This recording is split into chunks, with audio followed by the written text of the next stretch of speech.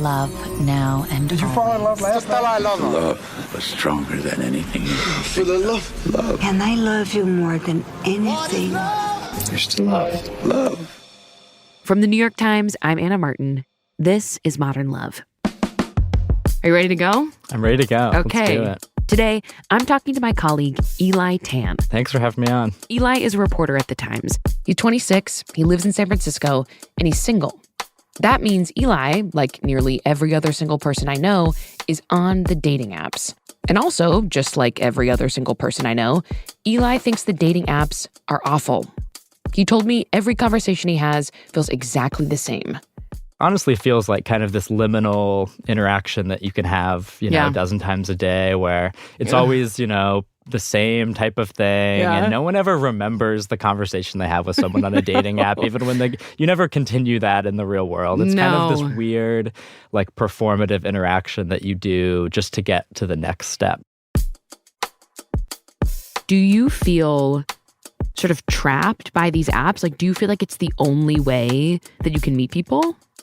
In a lot of ways, I do, yeah. I think I've looked at the data of how many relationships after college start on dating apps nowadays, and it's like the vast majority or something. So in a lot of ways, it feels like it's something that everyone is doing, but also, if it's possible, if we could all just stop going to dating apps, we would. It's so true, yeah. It's kind of like how, people feel addicted to social media, and they say, I wish that nobody was on it, because then I wouldn't feel a need to be on it. Completely. And that's how I feel about dating apps. I mean, I've spent years on dating apps, and at one point I went and I actually listened to the Hinge founders. He went on podcasts and talked about, well, here are the best ways to make your profile. What did he say? He's just like, kind of have a photo with friends. I'm like, I know. It was very data-driven, He said, okay, this many of the, relationships start when you have kind of a fun prompt, and you always want to be responding to prompts. You don't want to be just sending likes out into the ether. And I said, okay, if I'm going to be on these apps, I might as well have an approach that would work. It's so easy to get fatigued with swiping and talking that I thought, if there's kind of a data-driven way to make this better, like I should try to do it and see how it works. The thing is, that data-driven approach didn't really work for Eli. He optimized his profile, chose the best discussion prompts he could, the best photos, and he was going on more dates, sure, but he couldn't find anyone he really connected with. But then Eli learned about a new kind of dating app, apps that promised to solve his problems using AI. So Eli signed up. He made AI clones of himself that could go on hundreds of virtual dates. And he used AI dating coaches to help him flirt, kind of be his wingman. I've never heard of someone dating like this, ever. So that's what we're talking about today. What happened when Eli handed over control of his dating life to AI, and whether this technology can solve our dating woes. Stick with us.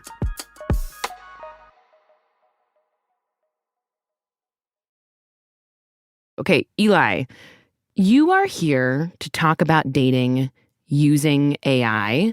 And I guess I'm curious in the broadest sense, like, why would someone do that? Why introduce AI into our dating life? So the problem I think it's trying to solve is that talking to people and matching with people on dating apps can be kind of this tedious and time-consuming thing. Mm-hmm. And the idea is that if you clone yourself as an AI, and the AI can take care of kind of that initial conversation when you're kind of feeling out if you might like someone or not, then it can save you time. And then if you have so many of these dates, the best one or two are going to be with somebody that's really compatible. So in that way, it can save you time as well. Mm-hmm. In my case, I had my clone. It was going on hundreds of dates a week, which is more than I would ever be able to go on by myself. I can usually, at most, probably manage one date a week. I have so many questions about everything you just said. But before we do that, I just want to make something really clear. You weren't just using a demo or something here. These were real apps that were made to help people use AI in their dating lives. And you actually did this making a real profile, using your real name, your real photos, like earnestly trying to meet someone. Were you nervous for that? Not really. I think I was more curious. What's the worst that could happen? Not really, no. I mean, I thought it might be kind of weird or a little bit dystopian, people tell me, but I think it's personally, I was more just curious, and I thought the whole thing was kind of a humorous thing Oh, to really? try. Oh my gosh, I'd be really scared. I'd be really nervous. I just feel like, I don't know, like I would not do an experiment with my actual love life. And I'm the one that hosts a podcast about love. Like I would feel very nervous about doing that. I don't know, maybe that's ego. It's cool to me that you were just purely curious about it. Yeah, some of it's probably that dating apps can be so frustrating anyways. You were like, let's just blow it up and see. Yeah, why not? How much worse can things get? I'll make a clone of myself and date that way. Why not? Let's try Why it. not? Okay, I want to get into the specifics here. When it comes to the cloning apps, what apps were you using and what did they do? So for the cloning apps, I used one app called Ice, which let me create a clone that could then talk to real people. And then I used another app called Volar, which let me create clones that talk to other people's clones. Kind of break that down for me. You're trying to duplicate your personality in an AI clone. What does that look like? Like, how are you training this computer model? Well, each of these clones had their own chatbot that would essentially be like my brain. So I would basically be texting these clones like I would a close friend so that they could pick up on, my cadence, your and mannerisms, the things that I'm interested in. The clones would kind of ask me what I'm looking for in a relationship and try to feel that out so that when it went out there itself into the dating pool, it could act just like me. And can I ask you, like, what types of questions, the specific questions it was asking you and how you responded? Yeah, it would be kind of the typical dating interests. So like, oh, what do you like to do on the weekends? What are you looking for in a relationship? What are your love languages? And what did you say you were looking for? Relationships you've been in. For the purposes of this, I trained it. I said, I'm looking for a serious relationship. I'm looking for, a serious partner. And what did you say you like to do on the weekends? I'm just trying to get a sense of, I guess, you, but really your clone. So that's where it got difficult because it can be difficult to put your personality into text like that. Totally. It's like hang out with friends and chat kind of to nailed them. because and then at the end of the day, we're all kind of similar because everyone likes to go out and eat at restaurants and hang out at parks. And like work out, yeah. Yeah, and then there was one particular thing I had a really difficult time, which was trying to explain to my clone that I like the outdoors and I like nature, but I don't actually really go in the outdoors much and I don't really go hiking. So my clone would always tell people that, I went on this hike this weekend and I did this, and I had to explain to it, like, no, I say I like those things, but I've never actually owned hiking shoes. I don't know any of these places you're mentioning because I just more kind of like the idea of being an outdoorsy person. It's those type of things that seem kind of intuitive like, and I just got back from climbing Mount Kilimanjaro, and you're like, we need to roll that back. Like, I walked up a hill. Yeah. I want to clarify, like, do these clones hook into like existing dating apps that we have, like Hinge and Tinder, or are they sort of on separate apps? So the clone apps are separate apps. Okay. From what I understand, a lot of these really popular dating apps are working on creating their own clones, but that's all internal for now. So I used basically smaller apps that are, they're their own thing. So you log onto them and you have your own profile and they don't connect to places like Hinge or Tinder. You log onto them, you train the clone, like you said, you upload the photos and you're texting it and telling it about what you enjoy and it's picking up on your cadence. And so you train up this clone that then goes out and has conversations with who? So that clones would have conversations with other people's clones. So at the end of every day, I would get a notification that said, your clone went on 100 dates today. Check and see how they went. And I could go through and I could look at these long conversations that these two clones would have together. And if I wanted to, I could say, okay, I think this worked out really well. I think there's something here. I can manually kind of enter. And then our clones become humans and we talk that way. So you'd like open up your phone after just like doing other things during the day, doing your job, hanging out with like real people in the world.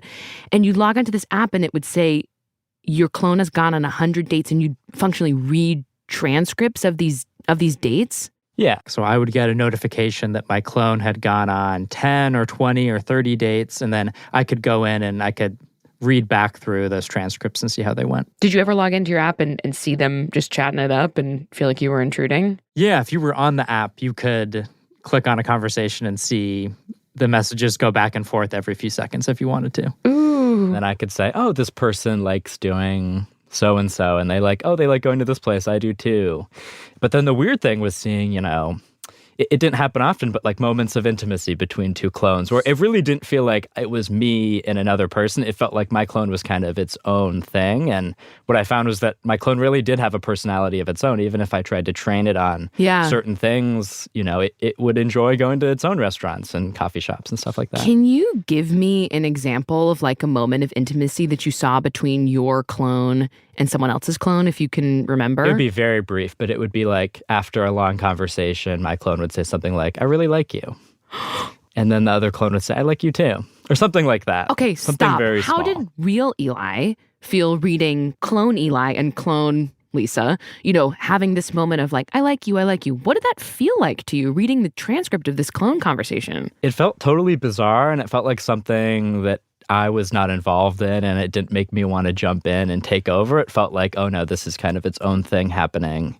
Interesting. And yeah, this is not, I didn't do this. This is Well, that was going to be my question. Thing. It's like in reading a transcript of a clone date that ostensibly went really well, they're hitting it off, clone sparks are flying.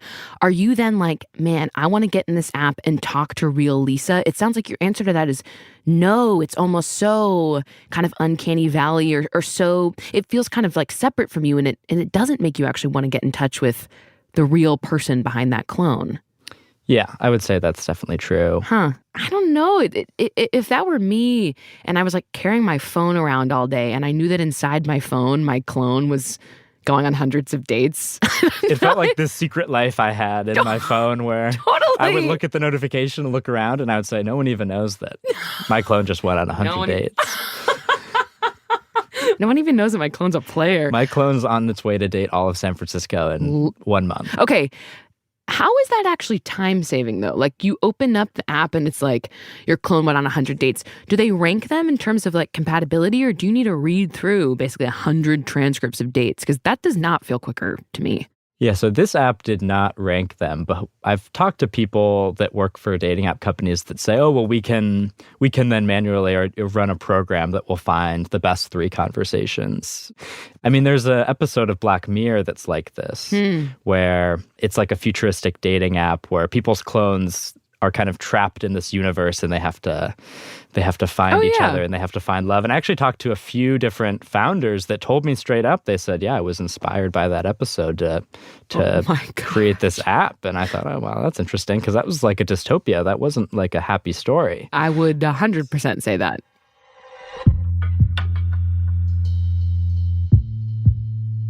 When we come back, Eli and I do a dramatic reading of one of his clones' conversations. You will not want to miss it.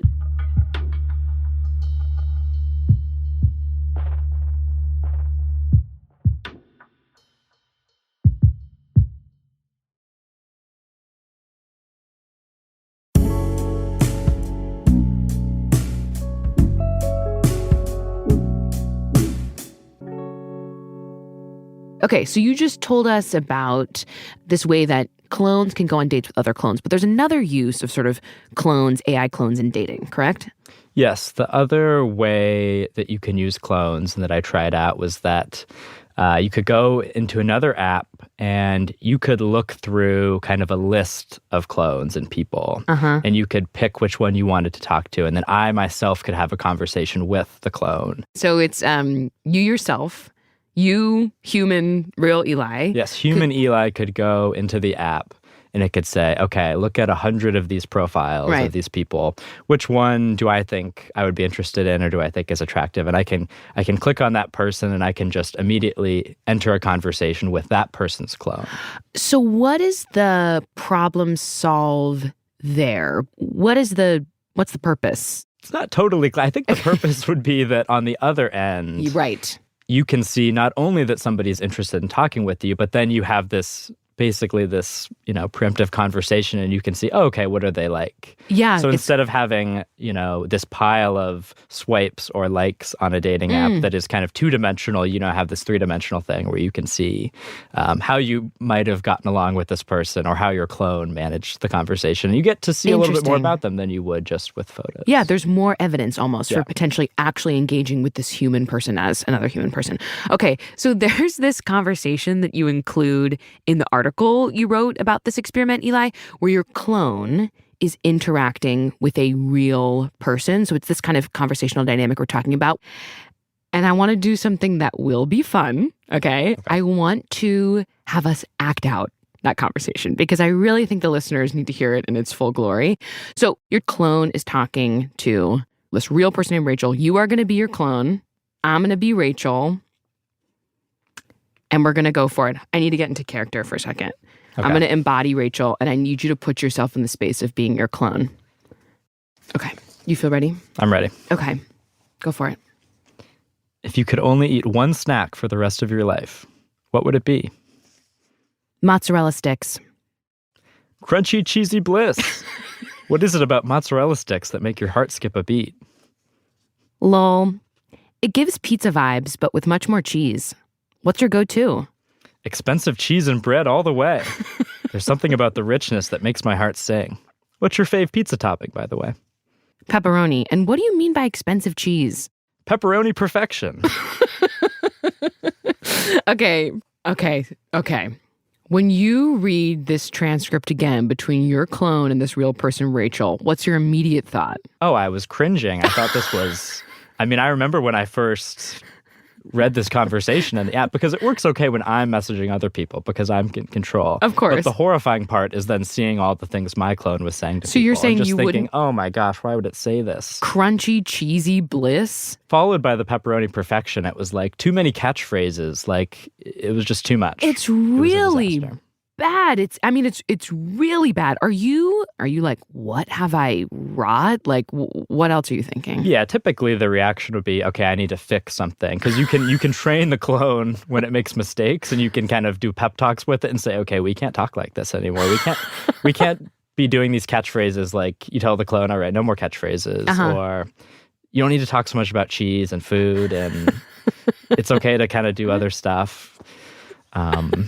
But my reaction, it was like wanting to discipline this clone for, what if this person was someone that I really liked? And it was now let's botch this opportunity. And I could have maybe done it better myself. I was going to say, like, did that thought occur to you? Like, what if Rachel was a potential match and then she heard pepperoni perfection from your clone and she was like, I'm out. Like, I don't know. That's what I meant by, like, were you nervous to do this? Yeah, that was I think the part that took courage, was to say, okay, I'm just going to do it, even if it might kind of torpedo this interaction. Or if I think I could actually kind of salvage this, like, I'm just going to see if the clone can do it and can turn it around. Interesting. And in that way, it felt like it was a little bit out of my control. But with something like this, Rachel knew that she was talking to my clone. Yeah. So she probably had an understanding that, okay, this is not exactly how Eli talks, or hopefully not.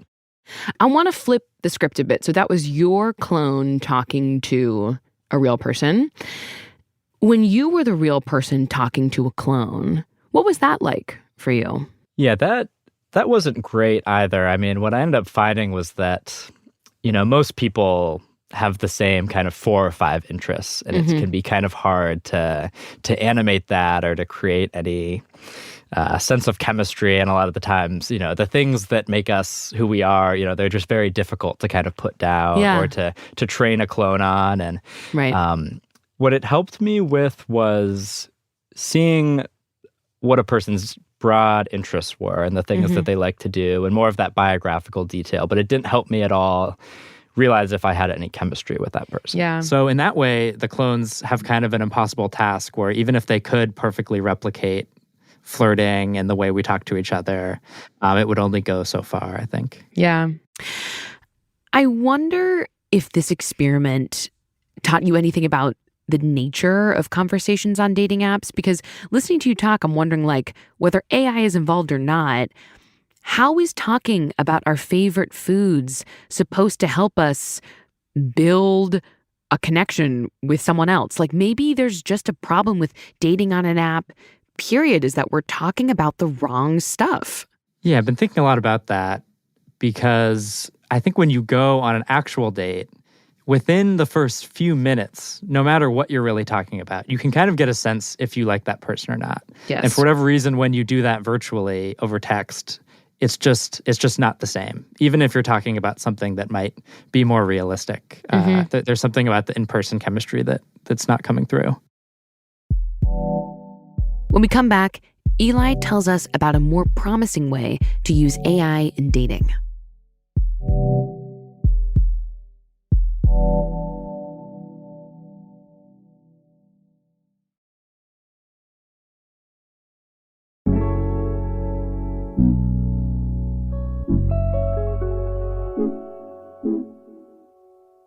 So, Eli, we talked about these AI clones of yourself that you made to go on all these virtual dates for you. But I know you also used an app called Amori that had these AI dating coaches.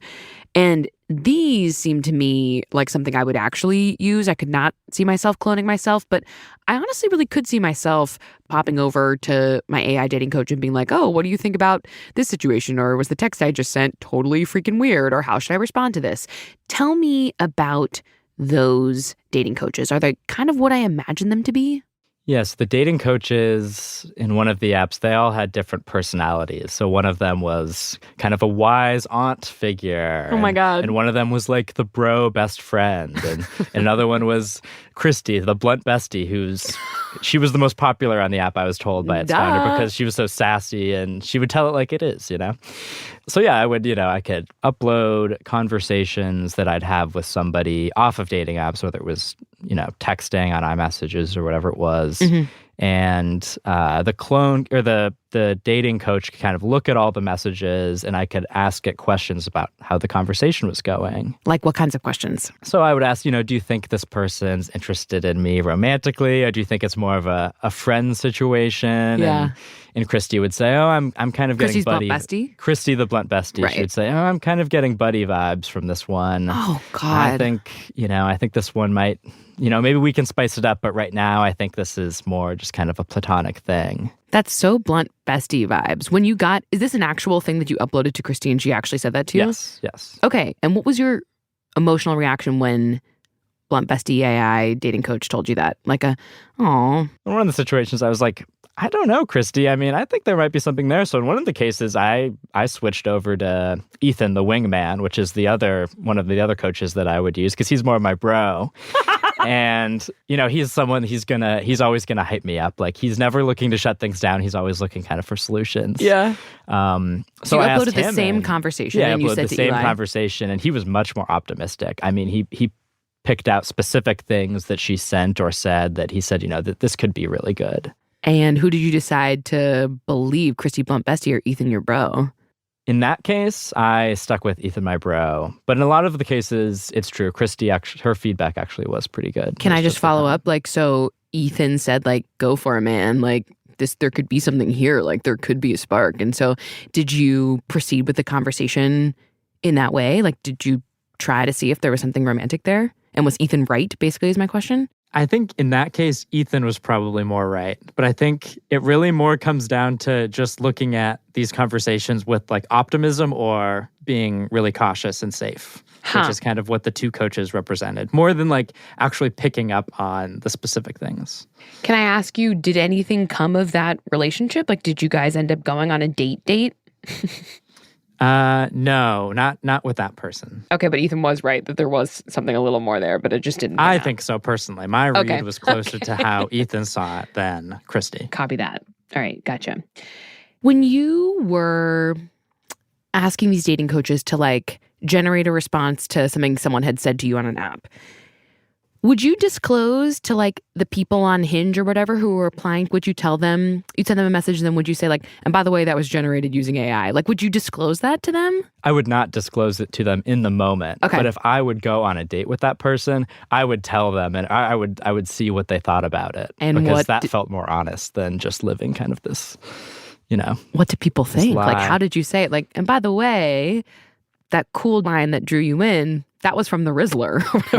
Well, I would always kind of bring it up. I would try to do like a roundabout way to bring it up where I say, because they say, oh, you're a journalist. What are you writing about? Oh, I'm actually writing about this dating app story where you can use AI to generate messages. And they're like, that's so weird. I would totally know if someone used that. And I'm like, well, could you tell that I actually used it for like these few messages? And they would be like, oh, no, I didn't know. Or they would say, oh, yeah, now that you say that, I can kind of tell. Yeah. But most people were pretty put off by the idea. I never met someone that was like, I'm going to try that myself. That never happened. Would you feel, I don't know, a bit of a weight lifted off your shoulders when you finally disclosed that like you were using AI? Did it feel like you were admitting something? A little bit, yeah. I wondered how it would reflect on me, if it would make me seem either kind of dishonest or kind of like I wasn't super genuine because I was using this. Yeah. Or, I mean, in one case, this person that I've actually been on a few dates with, like the AI actually came up with this kind of like inside joke that is still kind of a thing. And I have not disclosed that this actually wasn't me that created this. Well, Eli, are you going to, or it's too late now? I mean, I guess you'll hear this episode and then know that. But something like that, I just felt like, oh, this is weird. Is this something that's coming from me, or is this kind of inorganic Can we know what the thing? joke is, or is that too? Yeah, I have some prompt on my Hinge profile about like, it's like, I know the best these are also silly already. It's like, I know the best place in town for, and then you fill it in. I think I said something like dim sum. Nice. And she'd asked about it, and I had been using this product, kind of like ChatGPT. It's called Claude, and Claude was actually a little bit funnier. It was like a little bit better with the banter, and its whole thing was that it like wasn't telling her what the place was, and it was just trying to do other stuff, or telling her, it was like diverting. Maybe if I trust you more, I can tell you. Funny. So you still haven't that's kind told of continued on. I've still never told this person about this dim sum place. Wait, I have to ask, are you still seeing this person? I am, yeah. We're getting dim sum on this week, actually. And I'm probably going to have to confess while I'm there that the AI came up with that dim sum restaurant. You know what's striking me about this sort of usage of AI and dating, like the showing of the conversations and asking for advice, I do that literally all of the time with just my friends, right? Like I've been talking to this person on and off, and I am basically sending screenshots of our entire conversation from start to finish, sending off, like 65 images to the friend group chat, asking for feedback. Like this is what I'm doing with my friends. And it strikes me like AI is kind of doing that, but worse. Possibly, yeah. I think one alternative way to look at that would be, you can't always berate your friends a dozen times a day, sending them screenshots about conversations. My friends love it. Your friends love it? Yeah, my friends would probably, I think, get tired eventually if I was like, can you come up with another opener? Okay, what about another? What about another? I think if you're trying to use this stuff in mass, the AI might make sense. I actually, at one point, I have a best friend who is very similar to Ethan the Wingman, kind of in my life. And at one point I was like, oh, I'll send both of them screenshots and kind of see the difference. Interesting. You put this to the test, like the question I just asked. I put it to the test. Yeah. My friend in real life, his name's Ryan. But Ryan is not very good at dating apps. So I was like, well, I don't know if any of this advice is going to be really great. Like I don't have somebody that is like nails with the advice in real life about this stuff. I don't have a group chat that can actually give me. You got to get yourself a blunt bestie, stuff. babe. I know, I do. I really need that in real life. That might help me out. Are you still using the AI? Like the story's published, like it came out. Are you still using these AI tools post-publish, or did you like delete the clone apps from your phone the second that you were done with this story? I have not been using the clone apps. A couple of them actually shut down after I finished reporting this because they couldn't raise more money or they didn't have very much success. Cheesy Crunchy Bliss was just not making a lot. That was a killer for them. Something I still do. I still ask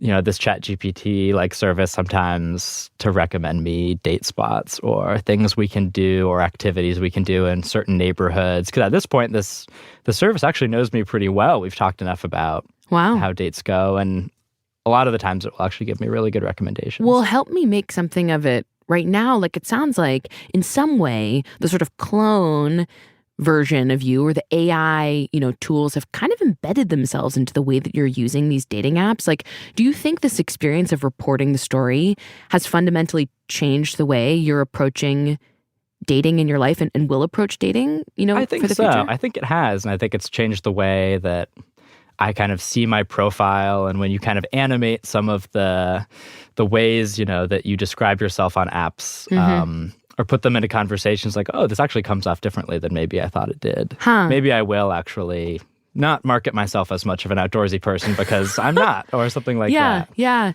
After all of this, what is your verdict? Is AI going to fix our dating woes, our app fatigue? I think my takeaway is less about can AI solve my dating life and more, do I want it to? I think there are some things that, maybe AI can do this, but do I want to be automating out my relationships and my dating and these moments of, first meeting somebody and having meet cutes. Like, why would I want a robot to do that? I think that's just something that I kind of want to do myself. And I got so many emails from readers that said, dude, just go out, older readers that were 60, 70 years old. That what did they say? Wait, that's so cute. They were saying, back in my day, I would just go out and I would just smile at women on the street. And if they smiled back, I would go up and talk to them. You should try that. And part of me is thinking like, okay, Glenn, it's not 1970 and times have changed. It's actually not okay to just go out and smile at a bunch of women. We actually have to be more creative. And just generally, I think the dating advice of kind of older generations is just so different than kind of the experience. Like, if I talked to my parents about dating, they would give me some advice like, when you're least expecting it, that's when you'll find love. And meanwhile, I'm like trying to get my clone to date as many people in San Francisco as I can. I'm like, my clone's not really picking up my sense of humor that well. It's like a totally Your mom's separated. like, join a volleyball league. Yeah, my mom, I was talking to her on the phone yesterday. She's like, maybe you should pick up a hobby that men also do, like woodworking. I was like, I'm not talking to you about this.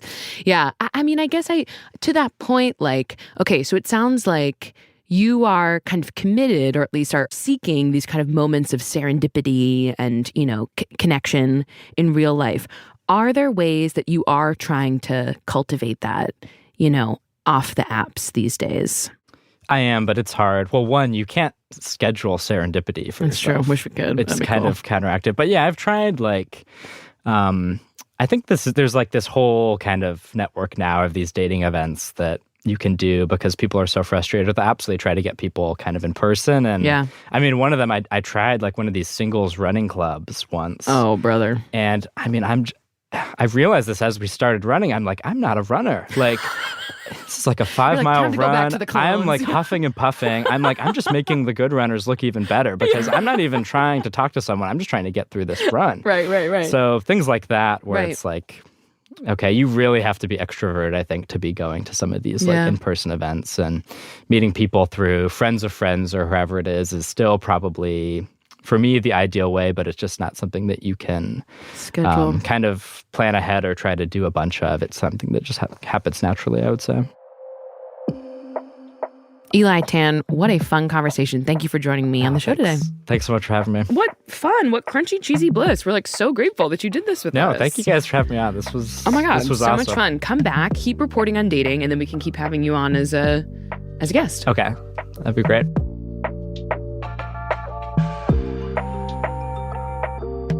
This episode of Modern Love was produced by Davis Land and Emily Lang. It was edited by our executive producer, Jen Poyant. Production management by Christina Josa. The Modern Love theme music is by Dan Powell. Original music by Amen Sahota, Carol Saburo, Dan Powell, and Diane Wong. This episode was mixed by Daniel Ramirez. Studio support from Maddie Masiello and Nick Pittman. Special thanks to Mahima Trablani, Nel Gologli, Jeffrey Miranda, and Paula Schumann. The Modern Love column is edited by Daniel Jones. Mia Lee is the editor of Modern Love Projects. If you want to submit an essay or a tiny love story to the New York Times, we've got the instructions in our show notes. I'm Anna Martin. Thanks for listening.